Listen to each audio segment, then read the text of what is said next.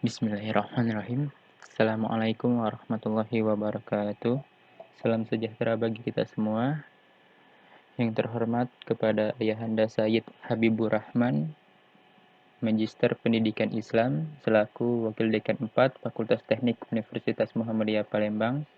Yang terhormat kepada Kakanda Ahmad Al-Farizi, Sarjana Ekonomi, selaku pemateri pada hari ini. Yang terhormat kepada Kakanda Jaka Pratama, Sarjana Pendidikan, selaku pemateri pada hari ini. Yang terhormat kepada Kakanda M. Haris Sirajudin, Sarjana Ekonomi, selaku Ketua Umum Pimpinan Cabang Ikatan Mahasiswa Muhammadiyah, Universitas Muhammadiyah Palembang. Yang terhormat kepada Imawan Febi Akbar, selaku moderator diskusi pada hari ini. Yang terhormat kepada seluruh peserta yang mengikuti diskusi online pada hari ini, dan yang saya banggakan kepada seluruh kader pimpinan Komisariat Ikatan Mahasiswa Muhammadiyah Fakultas Teknik Universitas Muhammadiyah Palembang. Pertama-tama marilah kita panjatkan puji syukur kita kehadiran Allah Subhanahu wa taala, Tuhan yang Maha Pengasih dan Penyayang, karena atas izinnya kita pada hari ini kita dapat bersama-sama mengikuti acara diskon atau diskusi online IMM Teknik Universitas Muhammadiyah Palembang dengan tema menakar dampak kebijakan pemerintah saat pandemi COVID-19 bagi perekonomian daerah Sumatera Selatan. Tak lupa juga, salawat bertangkaikan salam mari kita haturkan kepada suri tauladan kita, Nabi besar Muhammad Sallallahu Alaihi Wasallam, yang mana berkat bimbingan beliaulah kita bisa terhindar dari zamannya kegelapan dan bisa menikmati zamannya terang benderang saat ini, yakni zamannya Islam. Semoga syafaat beliau menghampiri kita pada yaumil akhir nanti. Amin amin ya robbal alamin. Baiklah teman-teman acara diskon, mengutip dari tema kita pada hari ini, di mana pada pandemi COVID-19 ini banyak menimbulkan dampak yang negatif di berbagai bidang. Untuk itulah kita sebagai mahasiswa harus berpikir secara kritis untuk menanggapi situasi pada saat ini, terutamanya di bidang perekonomian di Sumatera Selatan. Untuk itu mari kita sama-sama mendengar pemaparan pemateri baik dari perekonomian maupun kebijakan pemerintah di daerah. Itu saja yang bisa dapat saya sampaikan. Apabila ada salah-salah kata saya mohon maaf, pada Allah saya mohon ampun. Billahi fisabilil haq wastabiqul khairat. Wassalamualaikum warahmatullahi wabarakatuh.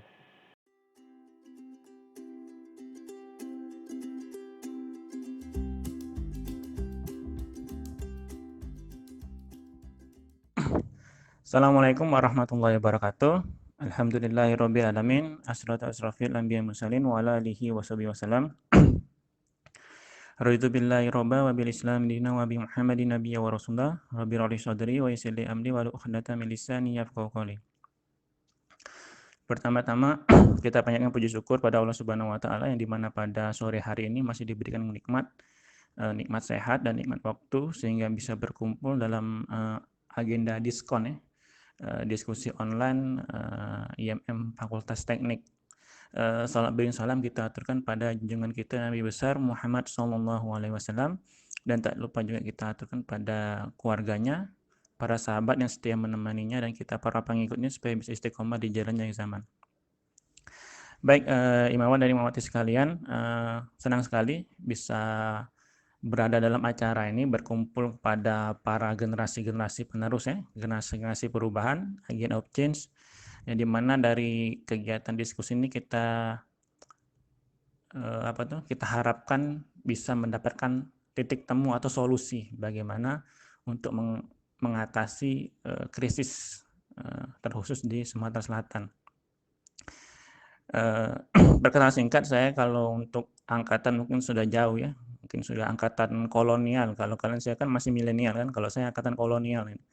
Di masuk itu 2006 dan keluarnya 2010. Kalau untuk fakultas, di Fakultas Ekonomi Bisnis, jurusannya manajemen. Aktif di IMM sebagai ketua umum untuk untuk di Fakultas Ekonomi Bisnis dan di pimpinan cabang itu sebagai ketua bidang sosial ekonomi. Baik, mungkin tidak perlu berlama-lama untuk perkenalan. Kalau untuk di era digital sekarang, kalau pengen tahu siapa saya, silakan cek di sosmed aja. Di IG itu Alfarizi88, silakan dicek. Untuk Facebook juga Ahmad Alfarizi, tentang riwayat singkat saya. Mungkin kita lanjut, berhubung dengan waktu juga sudah berjalan. Ya, kita langsung masuk ke materi aja ya. Jadi sebelum kita membahas dalam tataran khusus Sumsel, saya ingin supaya kita mempunyai suatu gambaran global ya, gambaran global, pemikiran yang kritis terkait bagaimana krisis ini bisa terjadi gitu. Jadi saya pernah melihat suatu artikel, buku ya, buku yang judulnya The Winning Take All ya. Jadi pemenang itu mengambil semuanya. Jadi dalam buku itu ada suatu riset atau penelitian di mana dari tahun ke tahun jumlah anak muda yang kaya itu semakin menurun. Jadi penelitian di awal itu di tahun 80, jumlah anak muda yang kayanya dibanding tahun sebelumnya itu lebih rendah dibandingkan tahun sebelumnya. Itu di tahun 80. Kemudian di tahun 90 lagi pun di riset dan hasilnya sama. Anak muda yang kaya pun lebih sedikit. Nah, mengapa itu bisa terjadi? Ternyata setelah dikaji-kaji, didapatlah rumus sesuai dengan judul tersebut, The Winning Take All, karena orang-orang lama, orang-orang kaya lama itu telah mengambil semuanya. Nah, saya ambil contoh satu. Apabila kita ingin melakukan suatu transaksi perbankan dalam bentuk dolar luar negeri, maka kita akan ke bank dan kita akan mentransfer uang kita, dolar tersebut. Nah, perjalanan transfer uang tersebut itu bisa dari bank lokal menuju ke bank emiten, kemudian menuju sampai ke ujungnya itu di Basel. Nah, apa itu Basel? Basel itu adalah suatu keluarga yang dimana sudah memimpin berabad-abad, bertahun-tahun dalam dunia perbankan. Nah, dari setiap transfer yang kita lakukan itu ada namanya fee atau biaya transfer. Nah, dari biaya transfer tersebut, Basel tadi mendapatkan 0,0 sekian persen dari tiap transfer yang masuk. Nah, itu bisa dibayangkan berapa uang yang mengalir kepada keluarga Basel ini. Kalau yang mentransfer itu seluruh dunia. Seperti itu. Nah, inilah yang dinamakan teori the winning take all. Dia mengambil semuanya, pemenang. Dia sudah jadi pemenang sehingga semakin banyak orang kaya yang melakukan transaksi dalam bentuk dolar, dalam bentuk yuan, gitu kan, mata uang asing seperti itu ya. Dia tetap menang karena dia mendapatkan sekian persen dari setiap transaksi transfer tersebut. Nah, ada contoh lagi yang mungkin agak kekinian, Facebook. Ya, Facebook yang dipimpin Mark Zuckerberg itu sudah membeli yang namanya IG dan juga membeli yang namanya WhatsApp, WA. Nah, sekarang kan sudah marak bagaimana bisnis itu bisa dari online, di mana bisnisnya bisa dari Facebook, bisnisnya bisa dari IG. Nah, semakin kaya orang yang berjualan dari Instagram, semakin kaya orang yang berjualan dari Facebook, maka Mark Zuckerberg semakin kaya.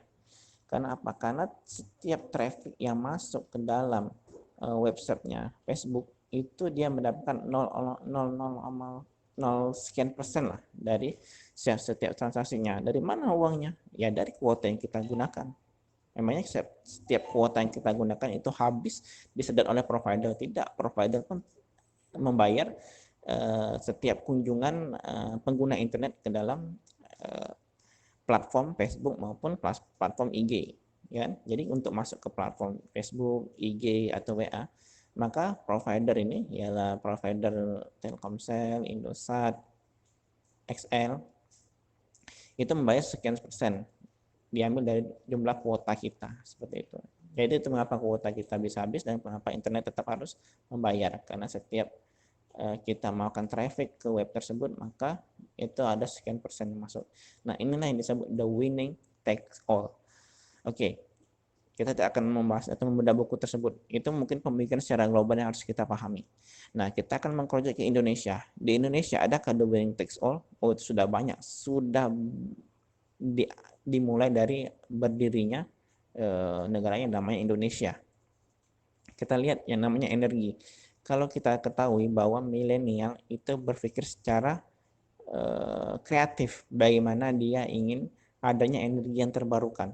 Tetapi inovasi-inovasi ini selalu terbentur oleh suatu keputusan, sehingga ya mungkin tadi kita lihat bagaimana dulu ada wacana untuk membuat yang namanya mobil listrik yang diprakarsai oleh Menteri BUMN Dahlan Iskan, tapi itu pun stop. Yang sekarang pun ada yang namanya mobil SMK, mobil listrik juga, tetapi itu lebih kepada nilai-nilai politik saja. Yang penting janji sudah tersampaikan, tapi kita lihat produksinya gimana, seperti itu. Nah, sebenarnya yang bagusnya dari Dahlan itu, tapi terhenti karena suatu keputusan. Kenapa sih bisa terjadi seperti ini? Karena tadi the winning take all. Jadi saya pernah mendengar suatu percakapan kawan dari Pertamina mengatakan bahwa sebenarnya Indonesia ini sudah bisa kalau ini berinovasi dalam teknologi nuklir. Jadi teknologi nuklir itu lebih ramah lingkungan walaupun resikonya besar ya. Karena sekarang ini energi di Indonesia memakai energi batu bara, yang dimana kita ketahui dalam film Sexy Killer, energi batu bara itu walaupun menyumbang energi yang banyak, tetapi banyak memakan korban juga. Salah satunya alam yang dimakan gitu. Nah, baik lagi tadi kenapa nuklir atau listrik itu kok nggak mau dibuat ini, karena kebanyakan pejabat-pejabat kita itu mempunyai usaha di bidang batu bara, sehingga pada saat energi-energi terbarukan tadi itu bisa menimbulkan kerugian bagi usaha batu bara mereka. Karena selama ini mereka the winning take all. Semakin banyak energi diserap, toh semakin banyak batu bara kami yang laku. Sehingga pada saat energi terbarukan tergantikan, terus batu bara mau dikemanakan? Mereka masih ingin berkuasa beberapa tahun ke depan, seperti itu. Nah, ini mungkin mulai tergambar ya bagaimana ekonomi di dalam suatu negara itu dimulai. Oke, kita akan lanjut di part berikutnya. Baik, kawan-kawan semua. Jadi di awal tadi sudah saya sampaikan ya bahwa dalam bukunya The Winning Takes All, bahwa pemenang itu sudah mengambil semuanya. Mereka sudah mempunyai alkeminya. Alkeminya apa? Alkeminya adalah sumber kekayaan mereka, gitu kan? Itu baru dari Mark Zuckerberg Facebook, belum dari Google yang mempunyai YouTube. Google itu mempunyai YouTube. Jadi setiap orang yang berduit dari YouTube, tidak sebenarnya dia juga mengayakan YouTube itu sendiri. Kita lihat bagaimana YouTuber yang mendapatkan banyak uang dari YouTube, ya, dapat banyak subscribe, 100 subscribe misalnya kan, dia dapat silver, terus dapat 1 juta subscribe dia dapat gold. Nah, itu kan dibayar YouTube ya. Nah, bisa dibayangkan YouTube aja bisa membayar mereka, berarti pendapatannya itu lebih besar dari mereka gitu. Kalau ada pendapatan miliaran dari YouTube, berarti YouTube lebih di atas itu. Nah, itulah the winning takes all, itulah alkemi yang mereka bangun, seperti itu. Ya dibayangkan aja misalnya kayak dari Facebook tadi saya hanya mengatakan salah satunya dari traffic tadi ya. Dia belum dari biaya iklannya. YouTube pun ada biaya iklannya.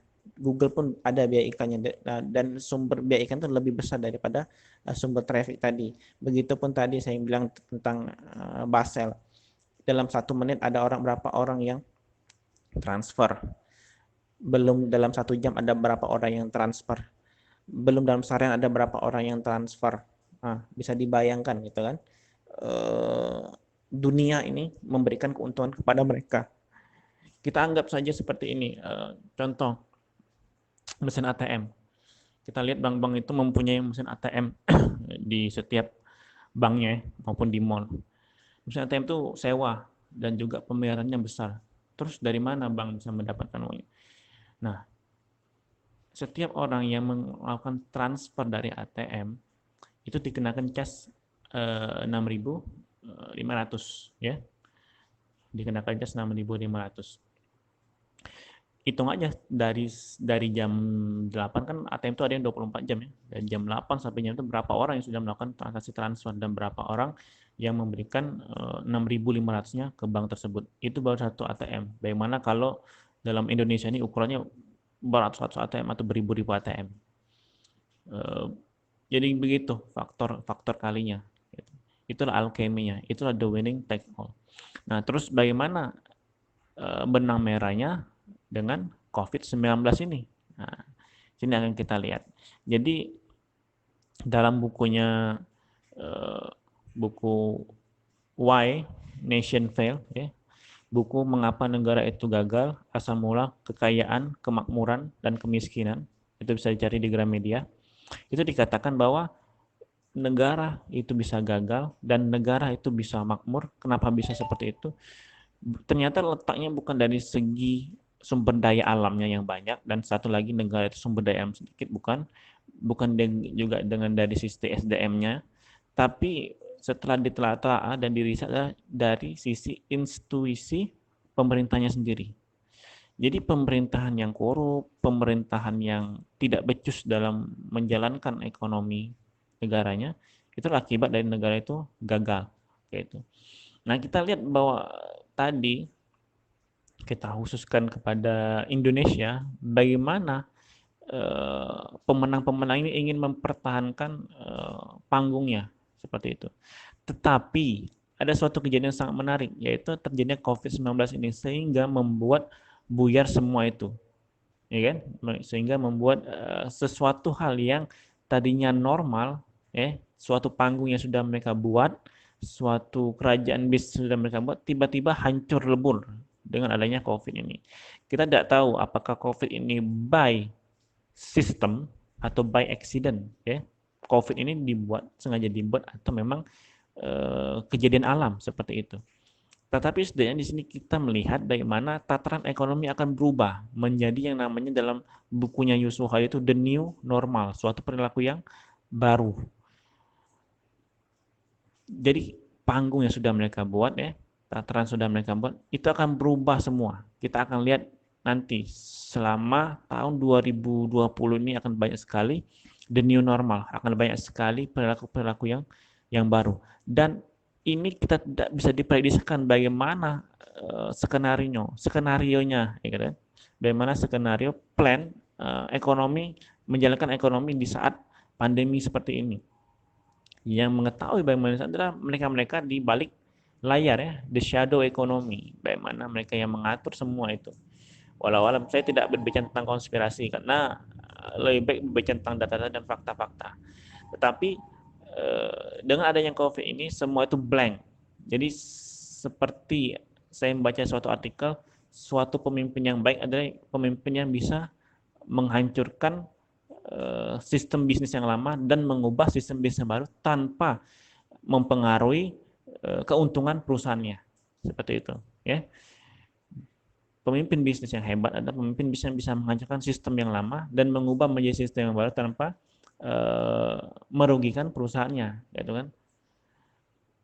Jadi jangan terlalu cinta terhadap produkmu, gitu kan. Jadi setiap contoh kita ngambil handphone, akan ada selalu handphone yang baru, gitu. Jadi jangan terlalu cinta dengan produk handphone itu karena akan ada selalu handphone yang lebih canggih seperti itu. Nah, seperti itu dan tataran bisnis dan ekonomi diperbarukan semua. Nah, dalam bukunya Yusof Hadi The New Normal, maka perang ekonomi itu akan mengarah kepada perang 5G dan 6G. Siapa orang yang mendahului bisa menciptakan 5G dan 6G, maka dia akan bisa mengatur ekonomi ke depannya. Karena ke depan kita sudah bisa melihat bagaimana semua usaha-usaha itu bangkrut, bagaimana semua usaha itu yang gulung tikar, tetapi hanya usaha internet yang semakin laku. Salah satu ada Zoom, ya, usaha streaming. Gitu. Jadi ke depan ini akan lebih kepada telekomunikasi. Kita akan dibuat dalam suatu perilaku baru yang namanya the new normal, seperti itu. Nah, untuk hal seperti ini akan saya kaji lagi di part berikutnya ya. Baik, ini kita masuk ke pembahasan terakhir ya. Jadi dalam bukunya Joshua The New Normal itu kita akan ada perilaku-perilaku baru. Contoh sekarang kita dikhususkan untuk WFA, work from home. Jadi kita akan kembali ke masa-masa zaman-zaman purba dulu, istilahnya aja kan gitu kan. Jadi apa tuh? Zaman-zaman purba itu kembali ke dalam gua. Jadi kita masuk ke rumah, nggak boleh kemana-mana kan seperti itu.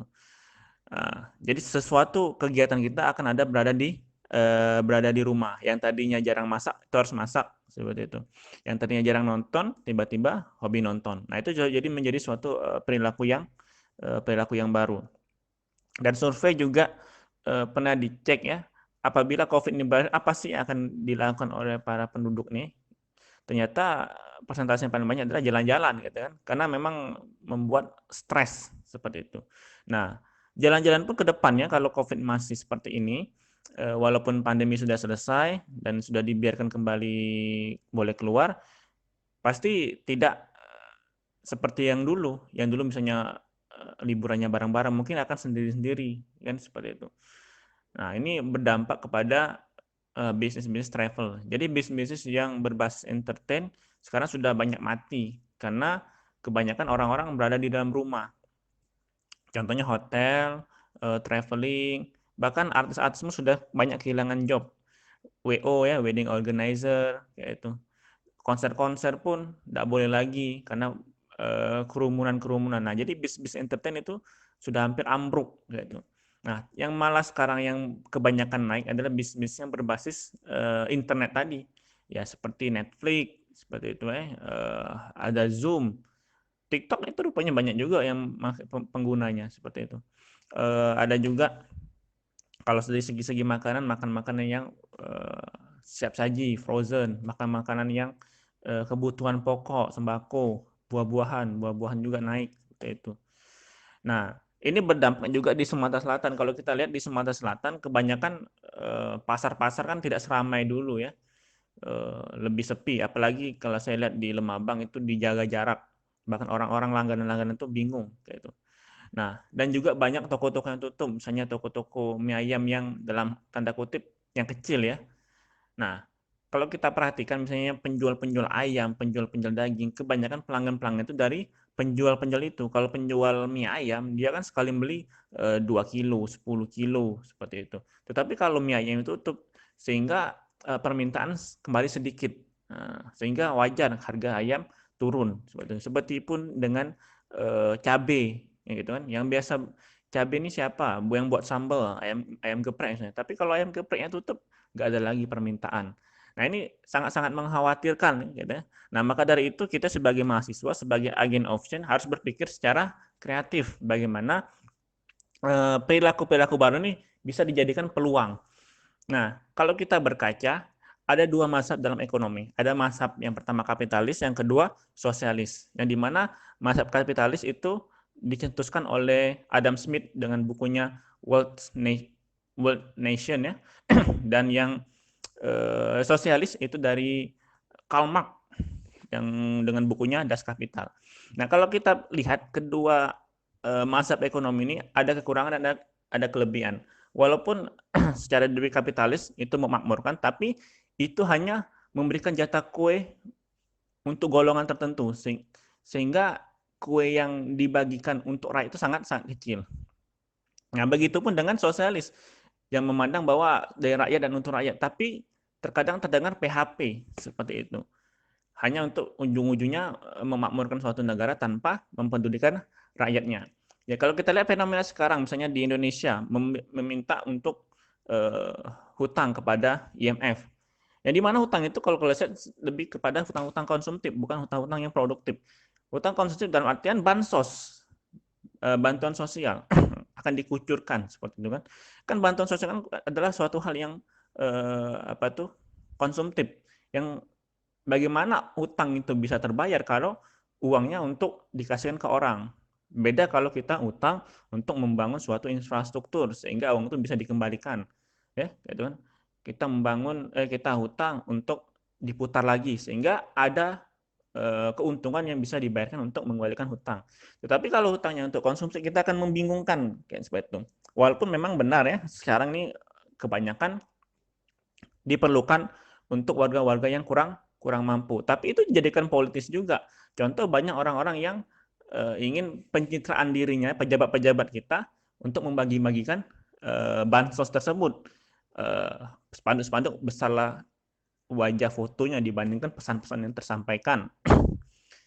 Di mana-mana harusnya jelas kan kalau bansos itu dari pemerintah bukan dari pejabat publik tersebut.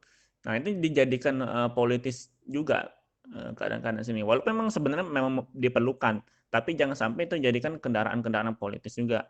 Nah, maksud saya tuh bagaimana kita meniru Islam sebagai ekonomi, Islam sebagai solusi. Bagaimana Islam sebagai solusinya? Kalau kita lihat berpandangan bahwa Nabi Muhammad SAW pernah mengalami krisis seperti ini pada saat hijrah dari Mekah ke Madinah.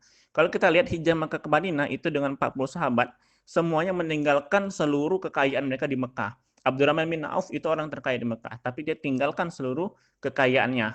Ya, karena tidak mungkin ngangkat rumah ke Madinah, tidak mungkin. Ngangkat perniagaannya sangat banyak, sedangkan mereka harus cepat-cepat untuk hijrah seperti itu. Yang mereka bawa apalah badan dan baju, mungkin satu setel. Nah, maka dari itu kalau Rasul berpikir utang supaya 40 sahabat ini bisa tercover ininya, keuangannya. Maka bagaimana untuk mengembalikan utang itu? Maka Nabi Muhammad SAW pada saat hijrah ke Madinah, dia melakukan inovasi. Apa inovasinya? Mempersaudarakan kaum Muhajirin dan kaum Ansor, sehingga kekayaan yang dimiliki oleh kaum Ansor itu bisa terdistribusikan kepada kaum Muhajirin. Nah, contohnya pada saat Abdurrahman bin Auf dan Arabi ya, yang dimana dia saya punya kekayaan ini, silakan kita bagi dua. Nah, gitu kan, pada saat dipersaudarakan ya, saya punya istri ada dua, silakan kalau kamu mau satu. Tapi Abdurrahman bin Auf secara mempunyai mental kaya, dia mengatakan aku tidak perlu semua itu, terima kasih katanya, tapi tunjukkan di mana pasar seperti itu. Nah, dari situ kan kita bisa melihat bagaimana solusi dari Rasulullah mendistribusikan kekayaan tadi, yaitu sehingga orang-orang yang kaya itu bisa mengcover orang yang miskin tanpa memberikan hutang seperti itu. Ya seperti ada juga cerita Tolha, gitu kan, dan istrinya Ummu Sulaim, bagaimana menyambut tamunya. Tidak kasih makanan, gitu kan, tapi tamunya pengen makan, ya sudah, jatah kita kasih ke mereka. Tapi jatah anak-anak tetap ada, jatah kita kasih ke mereka seperti itu, supaya mereka bisa makan. Nah seperti itu, jadi saling berbagi. Nah ini istilahnya kalau dalam ekonomi modern namanya sharing ekonomi, ya, sharing ekonomi.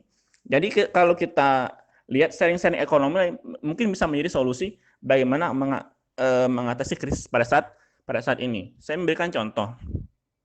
Misalkan seorang mahasiswa hilang uang 10.000, rugi nggak kalau hilang uang 10.000? Tidak kan, kayak itu kan? Ya 10.000 kayak itu kan. Tapi 10.000 bisa dapat apa sih kalau kita 10.000 kasihkan kepada seorang yang kurang mampu, itu cuma bisa untuk jatah makan dia satu orang dan pada saat itu, ya kan? 10.000 cuma bisa makan nasi bungkus baik, sudah selesai itu dia nak makan apa lagi tidak tahu. Nah, tapi kalau 10.000 itu dikumpulkan ke 10 orang akan jadi 100.000. Oke lah 100.000. Berapa banyak sih mahasiswa di Muhammadiyah? 2.000. Contohnya kita ambil 10% dari 2.000 itu. 200 orang. 200 orang kalau mensedekahkan 10.000 ya, kita akan jadi 2 juta. 2 juta itu tidak cukup untuk menjadi modal usaha bagi orang-orang di sekitar Muhammadiyah. Cari di Banten ataupun di Silaberanti. Siapa sih yang orangnya berakhlaknya bagus, usahanya usahanya bagus, dan kita bisa memberikan pembiayaan secara cuma-cuma, atau istilahnya itu wakaf, hibah, dana hibah ke dia. 2 juta itu kalau diputar, ya, kalau bisnisnya bagus, laku, itu bisa menjadi 4 juta. Ya kan, kalau rumah Padang dengan modal 2 juta, dia bisa meningkatkan produksinya sehingga penjualannya lebih meningkat dari 2 juta menjadi 4 juta. dan dalam sebulan kita kalikan aja. Nah, sehingga pada saat sebulan dia mengembalikan uang itu dalam 2 juta tadi, ya 2 juta itulah tidak usah perlu dikembalikan untuk orang-orang yang akan kita berikan manfaat kepada orang lain, seperti itu. Jadi kan 2 juta tadi jadi modal usaha dia, ada keuntungan selama sebulan, bisa dia kembalikan 2 jutanya. Nah, 2 juta itu bukan untuk kembali ke kita, tapi bisa untuk memberdayakan orang lain lagi, seperti itu. Dan akan mengunung, seperti itu. Itu kalau 200 mahasiswa, kalau lebih itu bisa lebih banyak lagi. Nah, sifat-sifat ini atau strategi ini sangat baik ya, karena mengajarkan kita kepada kemandirian, seperti itu. Dan kita juga sebagai mahasiswa bisa memberikan edukasi bagaimana strategi marketingnya, bagaimana bisnis bagus, rapi, bersih, seperti itu. Terus dari sisi ekonomi harus ada laporan keuangannya, gitu kan. Jadi bisa membimbing memberdayakan pengusaha-pengusaha di sekitar itu. Nah, mungkin itu bisa solusi. Kalau dari itu solusi yang sangat kecil ya dari si mahasiswa. Kalau solusi dilempar kepada pemerintah kota, pemerintah provinsi, itu bisa lebih hebat lagi, gitu. Bisa lebih canggih lagi, gitu. Mungkin kita bisa diskusikan nanti. Nah, mungkin itu dari kakak. Assalamualaikum warahmatullahi wabarakatuh.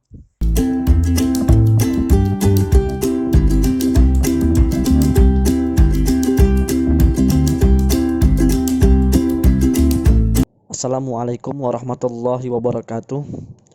Baik, teman-teman sekalian peserta diskusi online, terima kasih atas kesempatan yang diberikan kepada saya untuk memberikan materi terkait menakar kebijakan pemerintah saat pandemi COVID-19 bagi perekonomian khususnya di daerah Sumatera Selatan. Baik teman-teman sekalian, diskusi ini sifatnya sharing saja. Nanti silahkan teman-teman menanggapi apa yang saya sampaikan dan silahkan berikan masukan apabila ada masukan dan data-data terbaru yang perlu kita bahas dan kita diskusikan di dalam diskusi ini, yang nantinya akan kita diskusikan secara bersama-sama.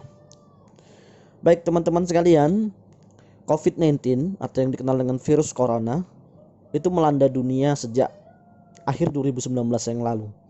Dimulai dari negara Tiongkok atau Cina sampai merambah ke seluruh negara di belahan dunia termasuk Indonesia.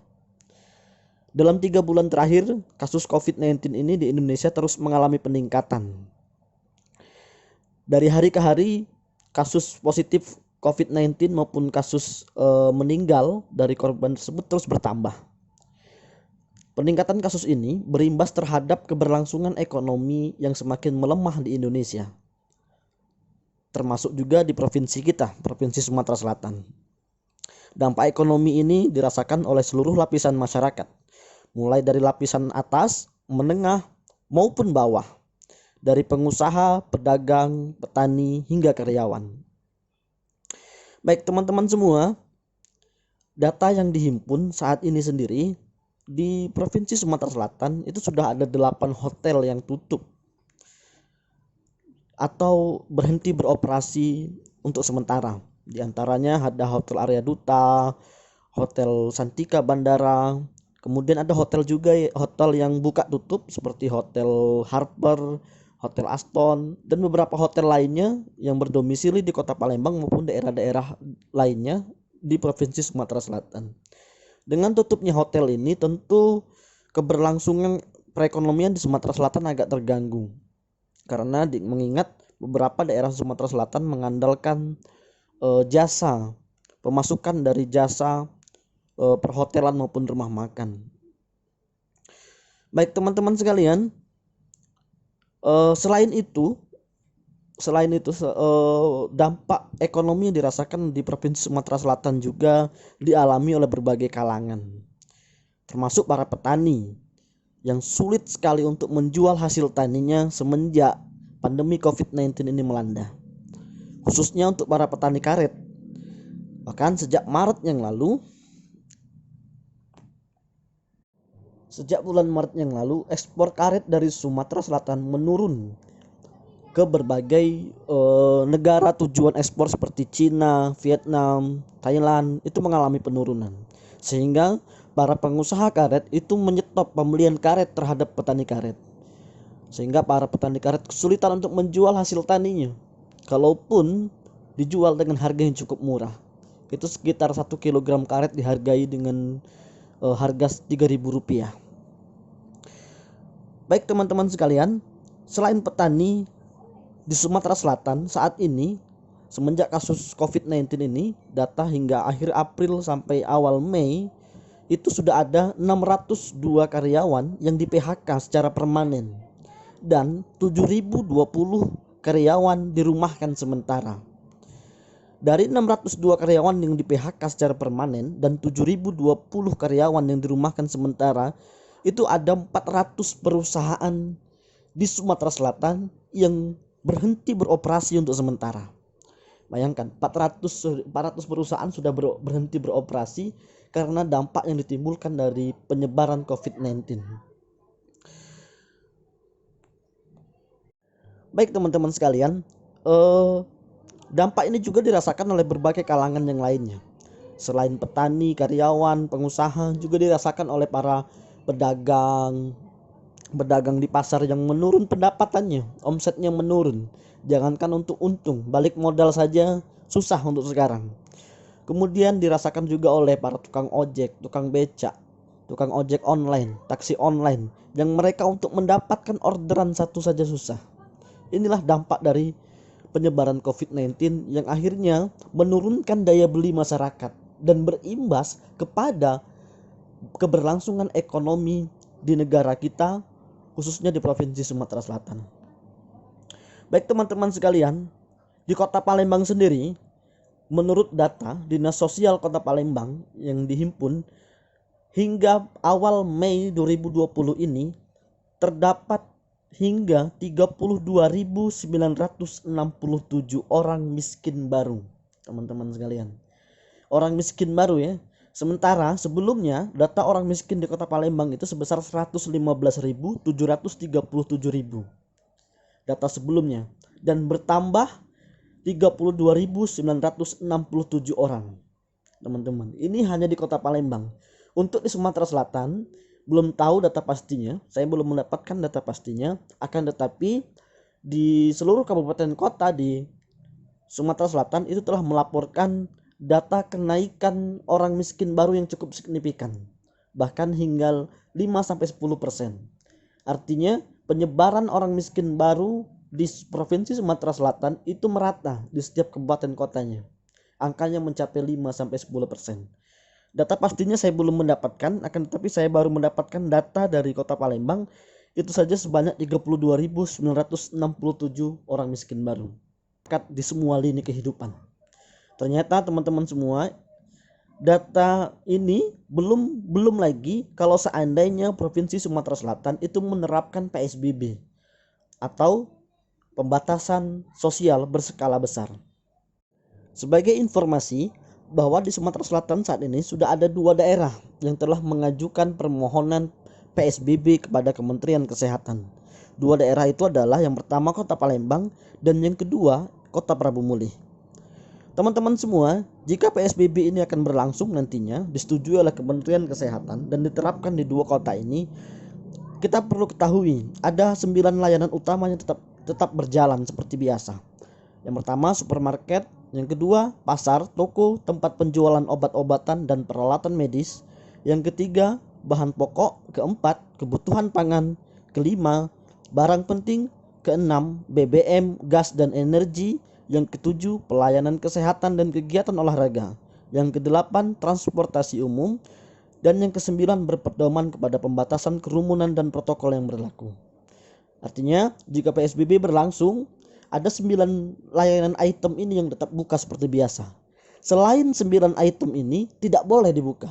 Bahkan transportasi umum saja dibatasi.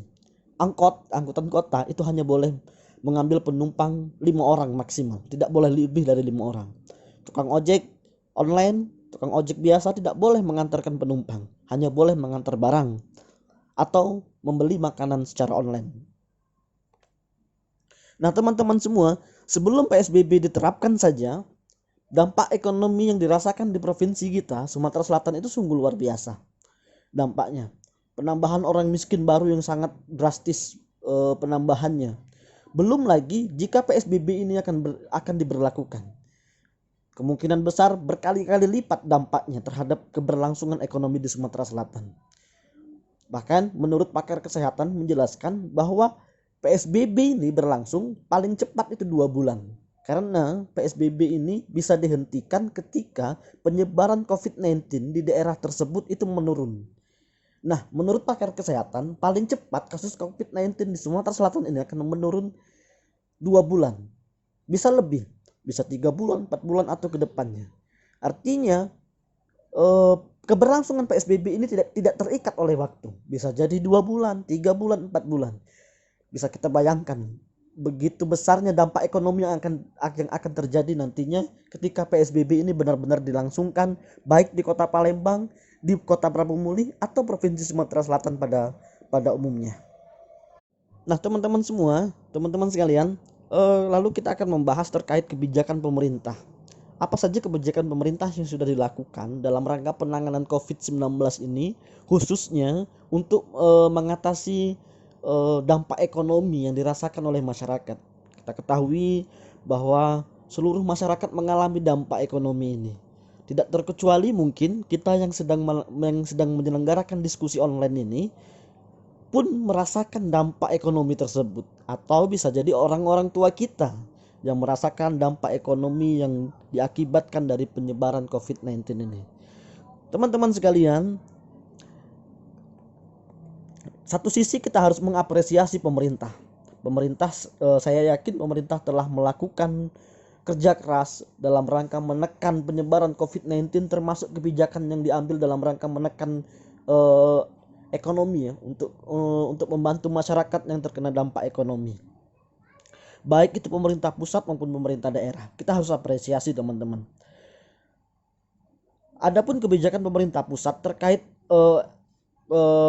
ekonomi pada saat pandemi COVID-19 ini, yang pertama, pemerintah pusat telah menganggarkan dana APBN sebesar 405,1 triliun rupiah. 405,1 triliun rupiah ini diperuntukkan, yang pertama, 75 triliun untuk bidang kesehatan, 110 triliun untuk perlindungan sosial, 70,1 triliun untuk insentif perpajakan dan stimulus kredit usaha rakyat, dan 150 triliun untuk pemulihan ekonomi nasional. Selain itu, pemerintah pusat juga yang kedua telah melakukan optimalisasi program PKH. Kemudian yang ketiga, pemerintah pusat telah mengeluarkan kartu sembako yang diperuntukkan bagi 20 juta penerima sembako. Kartu sembako ini dibagikan kepada 20 juta penerima di seluruh Indonesia.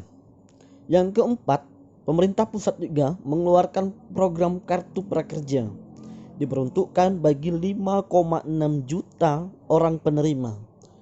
Prakerja seperti kita lihat kemarin, bagi yang kena PHK oleh perusahaan bisa mendaftarkan secara online kartu prakerja, di mana di setiap orang yang mendapatkan kartu prakerja akan mendapatkan insentif sebesar 600.000 per bulan selama 3 bulan. Kemudian yang kelima, pembebasan tarif listrik bagi beberapa khusus ya, bagi listrik yang berkekuatan 450 volt dan 900 volt. Yang keenam, mengoptimalkan program padat karya tunai di sejumlah kementerian. Kemudian yang ketujuh, selain pemerintah pusat juga Polri, Kepolisian Republik Indonesia juga telah mengeluarkan program keselamatan Polri bagi 197.000 sopir taksi, bus, truk, dan kernet, di mana satu orang mendapatkan 600.000 rupiah insentif setiap bulannya selama 3 bulan. Itulah kebijakan pemerintah pusat yang telah dikeluarkan dalam rangka penekanan penyebaran COVID-19 di negara kita, negara Indonesia, teman-teman sekalian. Lalu kemudian kita berbicara peran pemerintah daerah, teman-teman. Karena kita tinggal di Provinsi Sumatera Selatan, maka kita akan bahas di Provinsi Sumatera Selatan. Untuk Provinsi Sumatera Selatan sendiri, saya belum dapat data pastinya untuk kabupaten kota ya. saya hanya mendapatkan yang pertama, data pasti dari pemerintah Provinsi Sumatera Selatan sendiri yang telah menganggarkan sebesar 120 miliar rupiah untuk penanganan COVID-19 di Provinsi Sumatera Selatan. Kemudian Kota Palembang itu telah menganggarkan sebesar 480 miliar rupiah untuk penanganan COVID-19 di Kota Palembang. Sementara Kabupaten Musi Banyuasin telah menganggarkan sebesar 500 miliar untuk penanganan COVID-19 di Kabupaten Musi Banyuasin. Nah, untuk data kabupaten kota yang lain saya belum mendapatkan data pastinya karena ada beberapa pemerintah daerah kabupaten kota yang masih belum terbuka soal anggaran ini. Mudah-mudahan secepatnya kita akan mendapatkan data berapa anggaran yang mereka keluarkan dalam rangka membantu penekanan penyebaran COVID-19 di daerah masing-masing. Nah, teman-teman semua, anggaran yang dikeluarkan oleh pemerintah Provinsi Sumatera Selatan maupun anggaran yang dikeluarkan oleh pemerintah daerah lainnya ini digunakan dalam rangka pembagiannya untuk bidang kesehatan, untuk pengadaan APD, dan yang paling penting untuk kesejahteraan bagi masyarakat yang terkena dampak, yaitu pengadaan sembako. Dan alhamdulillah saya pikir di Provinsi Sumatera Selatan hampir sudah seluruh daerahnya telah membagikan sembako kepada masyarakat yang memang betul-betul membutuhkan, yang terkena dampak dari COVID-19 ini. Seperti Kota Palembang saat ini dimulai dari hari Jumat kemarin sudah dibagikan kepada sebanyak 49.669 orang miskin yang belum mendapatkan bantuan PKH. Jadi untuk Kota Palembang sendiri, seperti saya jelaskan sebelumnya, ada 115.737 orang miskin. Nah, dari 115.737 orang miskin ini 65.704 orang itu sudah mendapatkan bantuan, terdata sudah mendapatkan bantuan dari Kementerian Sosial atau dari pemerintah pusat melalui dana PKH, BLT, dan lain-lain sebagainya. Sementara 49.669 itu belum menerima bantuan dari pemerintah pusat. Nah, angka inilah 49.669 orang inilah yang diprioritaskan oleh pemerintah Kota Palembang untuk mendapatkan bantuan tersebut berupa paket sembako. Nah, teman-teman semua, ini belum termasuk dari penambahan orang miskin baru. Orang miskin baru saja di Kota Palembang tadi saya sudah jelaskan terdapat 32.967 orang miskin baru di Kota Palembang. Orang miskin baru ini yang dimaksud orang miskin baru, dia sebelumnya terdata sebagai orang yang tidak miskin ya. Tidak masuk dalam golongan orang miskin. Akan tetapi semenjak COVID-19 ini dia terkena dampak sehingga dia menjadi terdata sebagai orang miskin karena kemungkinan besar dia di PHK dari perusahaannya atau kemudian dia pedagang kemudian mengalami penurunan omset yang cukup signifikan sehingga dia dikategorikan sebagai orang miskin baru. Nah, orang miskin baru ini akan diberikan bantuan juga berdasarkan bantuan-bantuan yang telah diberikan oleh para donatur.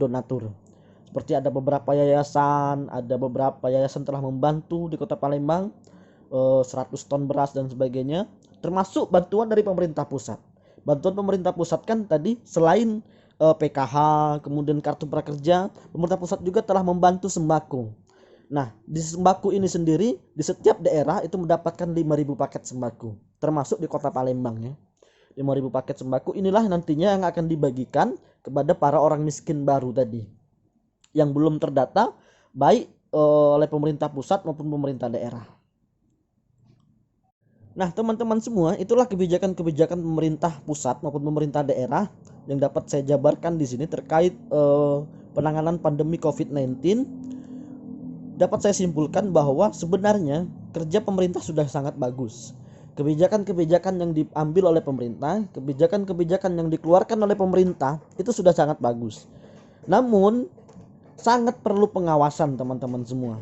Jangan sampai kebijakan yang telah diambil ini tidak tepat sasaran sehingga yang seharusnya orang menerima bantuan, yang dia pantas menerima bantuan, dia tidak menerima bantuan. Dan sebaliknya, orang yang tidak yang seharusnya tidak menerima bantuan, justru dia menerima bantuan. Inilah perlu pengawasan, teman-teman semua. Perlunya pengawasan dari kita semua, termasuk teman-teman di sini yang melaksanakan diskusi online. Apalagi sebagian teman-teman adalah para mahasiswa. Silahkan bergabung menjadi relawan untuk sama-sama mengawasi kebijakan-kebijakan pemerintah. Karena kebijakan-kebijakan pemerintah ini sangat-sangat riskan untuk disalahwewenangkan oleh oknum-oknum tertentu. Nah, teman-teman semua, demikianlah pembahasan yang dapat saya sampaikan terkait menakar kebijakan pemerintah saat pandemi COVID-19 bagi perekonomian daerah Sumatera Selatan.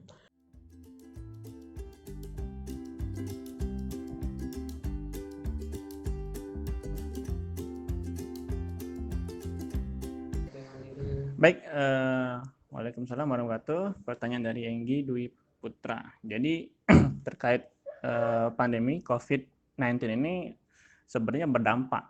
Tidak kata yang tidak berdampak, seluruh lini usaha itu berdampak nggak loh. Kecuali yang tadi saya ngomongin yang berbasis internet, yang kayak Ruang Guru, Netflix, Zoom, ya kan, YouTube. Nah, dari sektor-sektor real itu kebanyakan terkena dampak nggak loh. Rumah sakit sama. Kalau kita lihat rumah sakit hampir nak kolaps juga karena lebih banyak menangani pasien COVID, sedangkan dari sisi usahanya seperti bedah dan lain-lain itu tidak terfokuskan gitu. Begitupun dari sektor pendidikan. Pendidikan juga kalau orang tua tidak baca bayar SPP kan roboh juga sekolah tuh seperti itu. Kami juga melihat dari usaha kami di Bakso Juragan, dari sisi bisnis kuliner itu omset menurun 50%, drastis ya, menurun 50%. Jadi pada saat ini untuk COVID ini yang kami strategikan adalah survival mode, ya, mode bertahan. Jadi seluruh lini usaha itu bukan lagi bagaimana mencari untung sebanyak-banyaknya, bagaimana strategi persaingan. Sekarang strateginya adalah bertahan, survival mode. Bagaimana bertahan agar tidak ada karyawan PHK. Ya alhamdulillah sampai saat ini kami belum ada untuk merumahkan karyawan ya, belum ada untuk merumahkan karyawan dan tetap buka. Karena kita lihat banyak sekali restoran yang tutup, gitu kan. Apalagi disampaikan oleh Kanda Jaka tadi kan banyak usaha-usaha yang tutup. Jadi strategi yang kami lakukan adalah pertama dari sisi cash flow, kami perhatikan sisi cash flow. Jadi hal-hal seperti ekspansi, membeli aset, memperbanyak inventaris itu kami tunda. Sekarang bagaimana agar cash flow ini tetap mengalir, tetap bertahan. Nah, salah satunya adalah dengan sedikitnya permintaan dari pelanggan, dari konsumen, sehingga jam kerja untuk karyawan kami kurangi. Jam kerja karyawan kami sehingga juga menuntut untuk upah atau gaji juga berkurang. Tapi itu adil sesuai dengan jam kerjanya ya. Dari jam kerja tadi mungkin 8 jam, itu kalau dikurangi setengahnya mungkin setengahnya 8 jam berubah menjadi 5 jam seperti itu. Kemudian dari biaya-biaya, tagihan-tagihan, biaya-biaya operasional pun kami efisiensi. Gitu. Jadi sekarang bertahan survival mode. Dan sekarang strategi yang kami canangkan adalah lebih kepada online dari GrabFood, dari GoFood maupun dari via WA, ya kan? Jadi berbasis online semua kan. Jadi via WA dari IG kami keluarkan dan ternyata dari WA juga lumayan banyak revenue streamnya ya, pendapatan dari WA.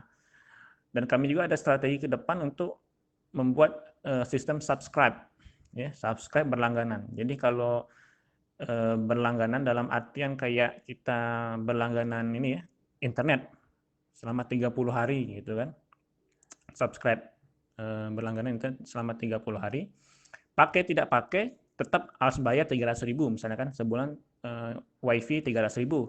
Mau pakai tidak pakai seperti ini. Nah, kami mau buat seperti itu ya. Jadi subscribe selama seminggu ada dapat 5 menu, terserah mau menu apa seperti itu ya. Tiap hari dikasih satu menu plus minuman gitu kan. Mau tidak mau apa pesan tidak pesan selama seminggu akan hangus seperti itu. Jadi banyak ya, jadi kita perlu sangat-sangat perlu inovasi gitu, bagaimana agar bertahan di pandemi ini gitu.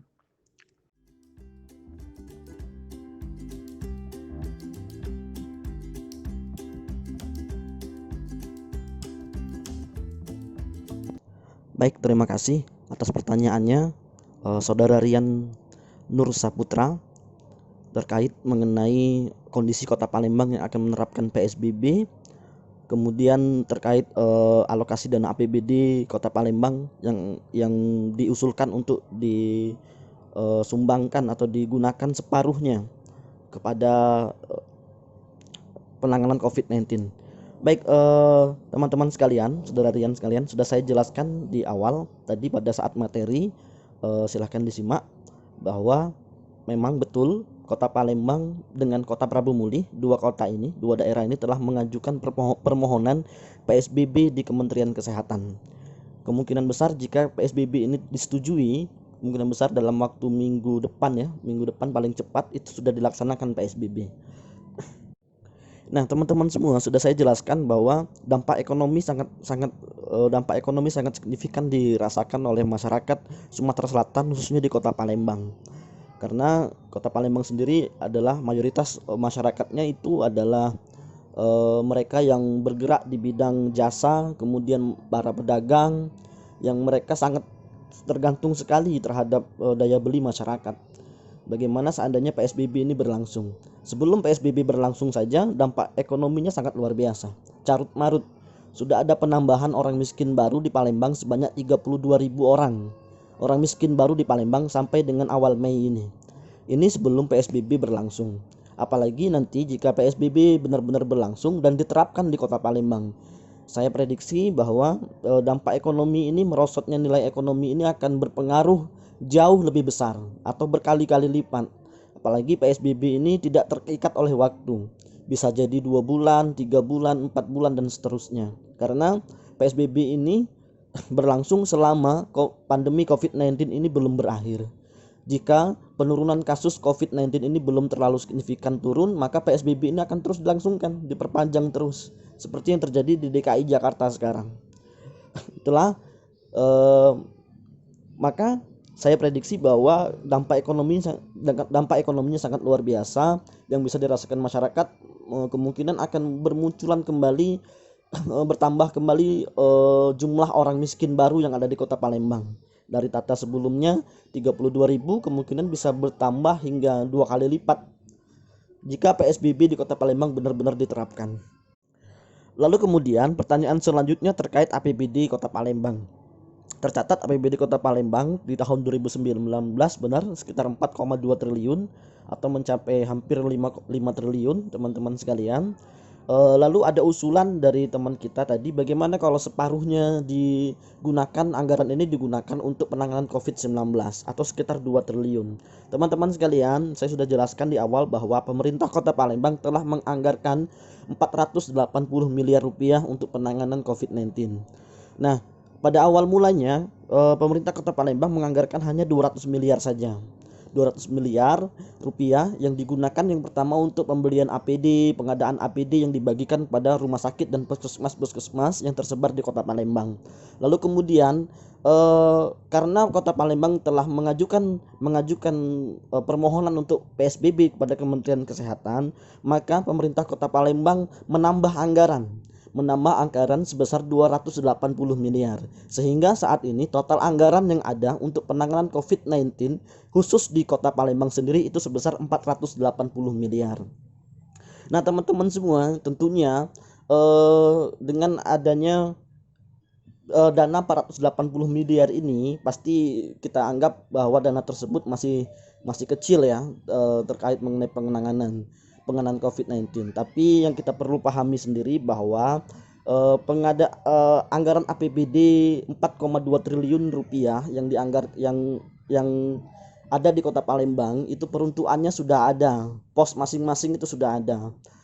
Penganggaran untuk tahun 2020 ini sudah ada. Jadi tidak sembarang kemudian pemerintah Kota Palembang itu melakukan penggeseran anggaran. Bahkan setiap rencana penggeseran anggaran itu melibatkan yang pertama anggota DPR. Pembahasan untuk penggeseran anggaran ini melibatkan anggota DPR. Kemudian yang kedua melibatkan kejaksaan. Jangan sampai penggeseran anggaran ini akan bermasalah sehingga menimbulkan masalah baru seperti penyalahgunaan anggaran, penyelewengan anggaran terhadap oknum-oknum tertentu. Ini perlu kita awasi teman-teman sekalian. Nah, teman-teman sekalian, saya mendapatkan informasi bahwa anggaran 480 miliar yang telah digelontorkan oleh pemerintah Kota Palembang untuk saat ini hanya bersifat sementara. Ini hanya bersifat sementara sampai dengan waktu yang belum ditentukan. Bisa jadi nanti di pertengahan berjalannya PSBB kemungkinan besar dana ini akan habis. Sehingga bisa jadi nanti pemerintah Kota Palembang akan kembali rapat bersama DPR, DPRD Kota Palembang dan Kejaksaan sebagai penyeimbang di pemerintahan itu untuk kembali melakukan usulan untuk penambahan anggaran. Nah, terkait mengenai penambahan anggaran saya tidak ikut terlalu dalam karena itu wewenang pemerintah. Mudah-mudahan apa yang dilakukan pemerintah ini adalah hal yang terbaik yang kita sama-sama support, dan saya yakin itu adalah sudah maksimal yang dilakukan oleh pemerintah. Terkait nilainya itu saya pikir sesuai dengan kemampuan daerah masing-masing. Baik, terima kasih. Demikian jawaban saya. Mohon maaf apabila ada kekurangan.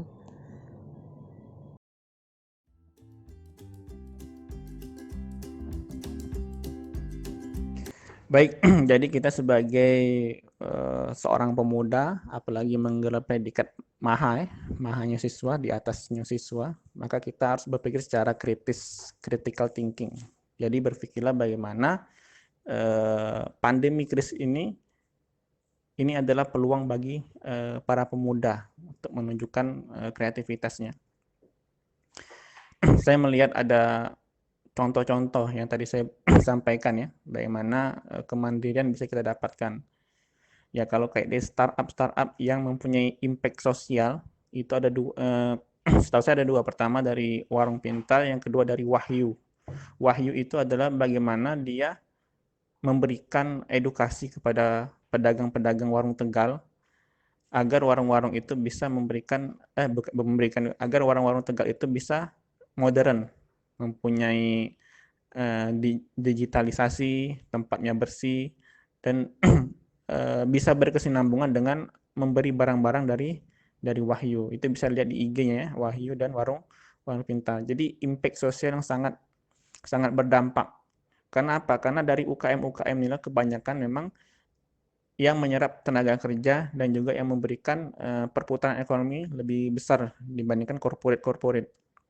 Maka dari itu ini sudah saatnya supaya kita pemuda-pemuda untuk berpikir kreatif bagaimana solusi itu ada di tangan para pemuda, dan saya yakin dan saya siap apabila diberikan lagi kesempatan untuk menjadi konsultan dalam kegiatan tersebut.